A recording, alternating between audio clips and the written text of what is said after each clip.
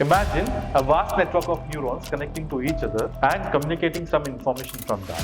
There are more than 100 billion neurons which are there in a human brain. And how do we get to know about how they are functioning? What is the mechanism of function of the human brain? So for that, we use electroencephalography. So electroencephalography, which is in short called as EEG, is a very old technique, but is still a very reliable technique to know about what is happening in the brain.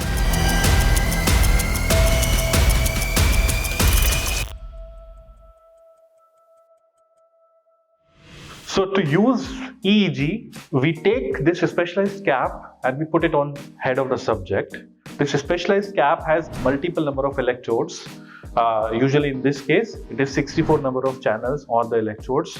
And these electrodes captures very tiny electrical currents which are there generated by the neurons in the human brain, different regions of the human brain as per. And this electrical activity itself is the fundamental basis of human consciousness, sleep, any kind of cognitive functions such as attention, memorization, and anything. Doctors and scientists have actually harnessed the power of EEG into understanding the human brain and its functions.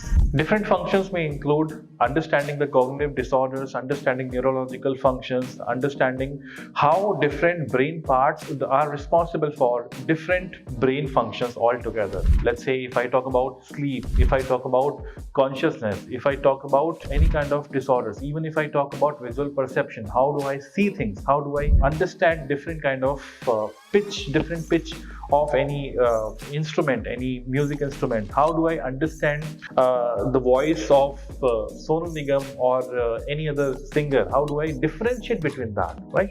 So EEG has been utilized to understand that way. In our lab, we try to understand different cognitive functions of human brain using the EEG while we provide some kind of cognitive paradigm on the screen to the subject while they are wearing this cap.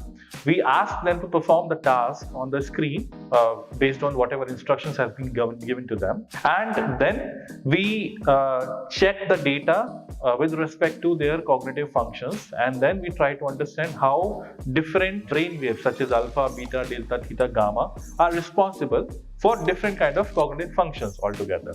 This particular cognitive paradigm which we are taking it for different types of attention, different attention types, and this is called as attention network test. So as you can see that on the screen, subject is performing a task using the keyboard and the mouse, and during this task, whenever the subject is pressing the key, that same key button is being provided as a trigger marker in the EEG. So that is visible in the EEG screen. On the other side of the desk, you can see as our experimenter is sitting over there and looking for what all the EEG data is being recorded right now. So this is how we try to understand that how the brain is responding to any stimuli, whether it is a visual stimuli or an auditory stimuli, and provide its responses to that. So if you are interested to understand the human brain with different technologies such as neurotechnologies, which we use in our lab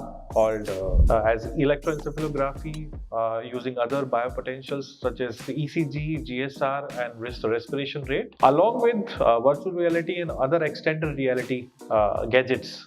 You're most welcome to join Rishihood.